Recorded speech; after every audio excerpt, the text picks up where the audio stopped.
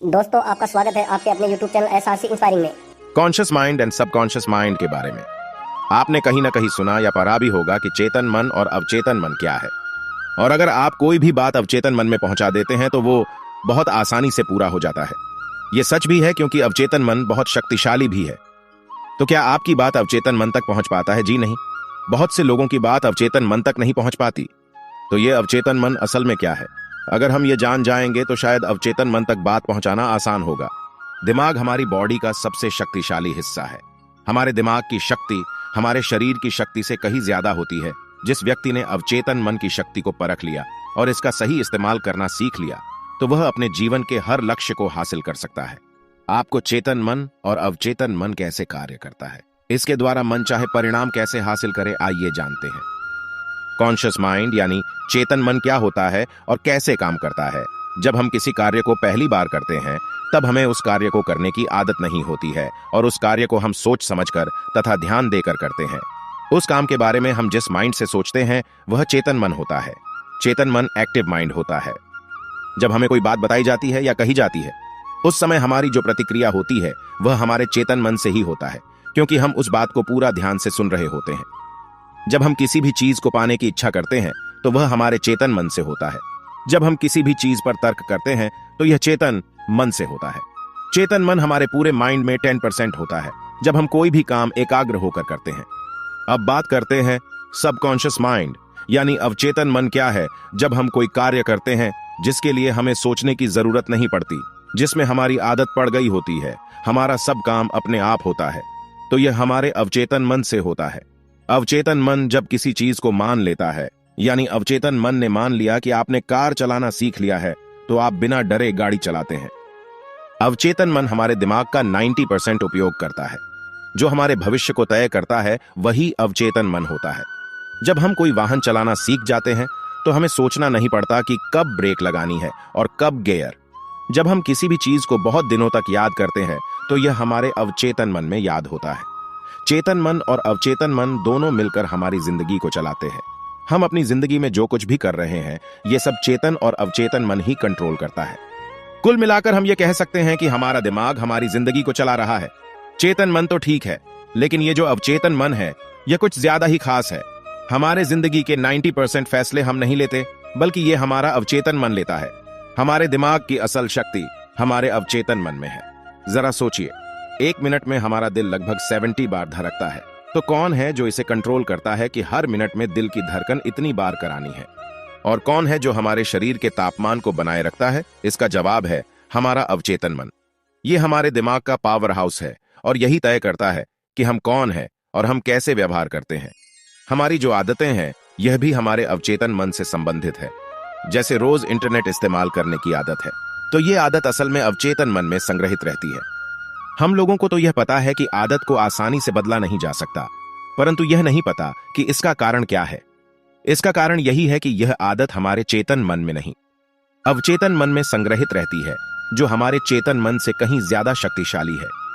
हमारी जिंदगी में कई चीजें ऐसी हैं जो हमें पता होती है कि ये नहीं करनी चाहिए, लेकिन फिर भी हम वही करते हैं, क्योंकि हमारा चेतन मन तो जानता है कि इसे नहीं करना चाहिए, लेकिन अवचेतन मन को यह बात नहीं पता।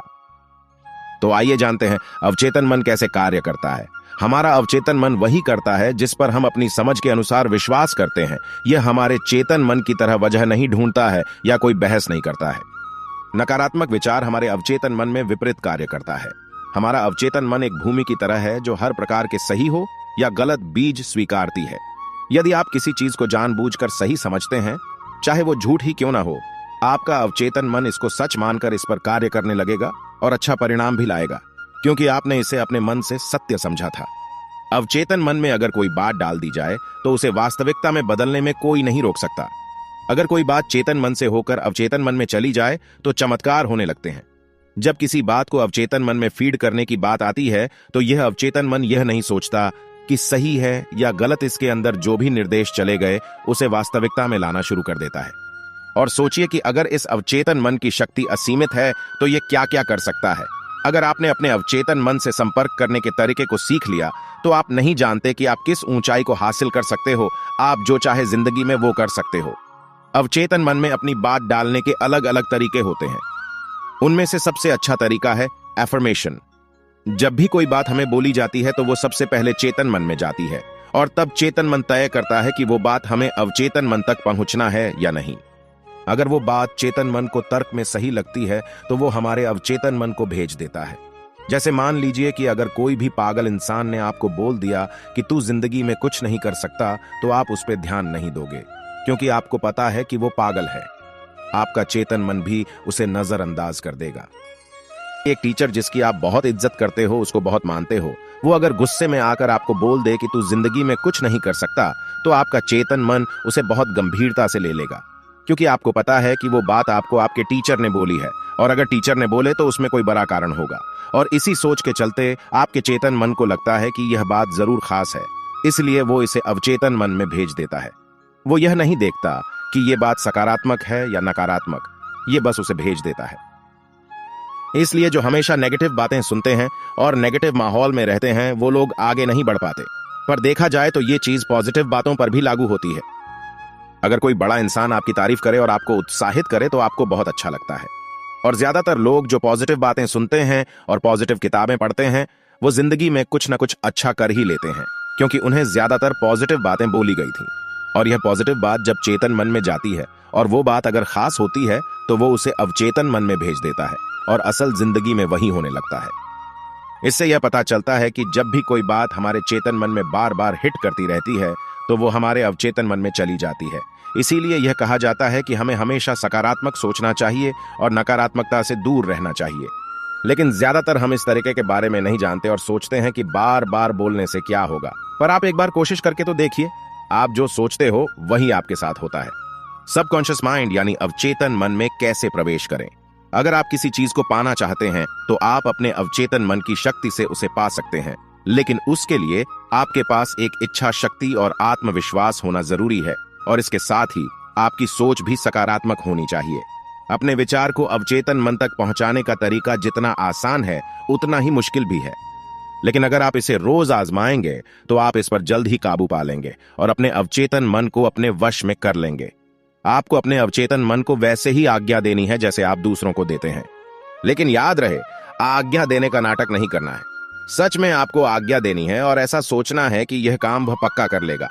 शुरुआत में आप आसान चीजों से प्रयास करें जिससे आपका आत्मविश्वास बढ़े, जैसे कि सुबह जल्दी उठना। रात को सोने से पहले आप अपनी घड़ी में अलार्म सेट करें और सोते वक्त आपको एक ध्यान होकर अपने अवचेतन मन को आदेश देना है कि सुबह मुझे हर हाल में 5 बजे उठना ही है, ऐसा बोलना है और फिर सो जाइए। अगर आप सुबह अलार्म के बजने से पहले उठ गए तो समझो आपका विचार पूरी तरह से अवचेतन मन तक पहुंच गया है। अगर नहीं हुआ तो फिर से ट्राई करके देखिए। कई बार हमें सुबह जल्दी उठकर कोई गाड़ी या बस पकड़नी होती है तो हम रात को सोने से पहले अलार्म लगा देते हैं, लेकिन हम अलार्म बजने से पहले उठ जाते हैं, जिसकी वजह है अगली रात को हमें सुबह जल्दी उठने की चिंता, जो हमारे अवचेतन मन तक पहुंच जाती है और उसी की वजह से हम जल्दी उठ जाते हैं। यह अवचेतन मन तक बात पहुंचाने का सबसे सामान्य तरीका है। आप रात को सोने से पहले आज्ञा दो और याद रहे, शुरुआत में आसान चीजों पर ही प्रयास करें, फिर धीरे धीरे बढ़ाएं और देखना, इससे आप वो सब कुछ पालेंगे जो आप पाना चाहते हैं। अवचेतन मन तक पहुंचाने का दूसरा तरीका है मेडिटेशन। अगर आप हर रोज मेडिटेशन करते हो तो आपका सबकॉन्शियस माइंड उतना ही प्रभावशाली होगा। अवचेतन मन तक पहुंचने के लिए ध्यान की भी एक अवस्था होती है। वहां तक पहुंचने के लिए आपको हर रोज ध्यान की प्रैक्टिस करनी पड़ेगी, फिर आप धीरे धीरे अवचेतन मन तक जरूर पहुंच जाओगे। अब आइए जानते हैं सबकॉन्शियस माइंड यानी अवचेतन मन की ताकत को कैसे स्वीकारें। अपने अवचेतन मन को ठीक से प्रोग्राम करने के लिए यह सबसे जरूरी है कि आपको अपने अवचेतन मन के अस्तित्व पर पूरा भरोसा होना चाहिए। आपको इसकी ताकत का अंदाजा होना चाहिए। यदि आप इसे केवल प्रयोग के तौर पर देखेंगे और आप मानेंगे कि अवचेतन मन जैसी कोई चीज नहीं होती, ऐसी स्थिति में आपके अवचेतन मन में बदलाव असंभव हो जाता है। इसलिए आपको अवचेतन मन के अस्तित्व पर पूरा भरोसा होना चाहिए और यह स्वीकार करना होगा कि अवचेतन मन जैसी कोई चीज होती है और यह मुझ में जरूर सकारात्मक बदलाव लाएगी। जब आप इस तरह से सोचने लगते हैं तब आपका अवचेतन मन इसे हकीकत में बदलने लग जाता है। अधिकतर लोगों के लिए उनका अवचेतन मन उनके खिलाफ काम करता है, इसलिए इसे अच्छे से ट्रेंड करने के लिए आपको इसके साथ दोस्ताना व्यवहार करना होगा। जो भी आप अपने जीवन में हासिल करना चाहते हो उसे आप अवचेतन मन के साथ शेयर करना शुरू करो।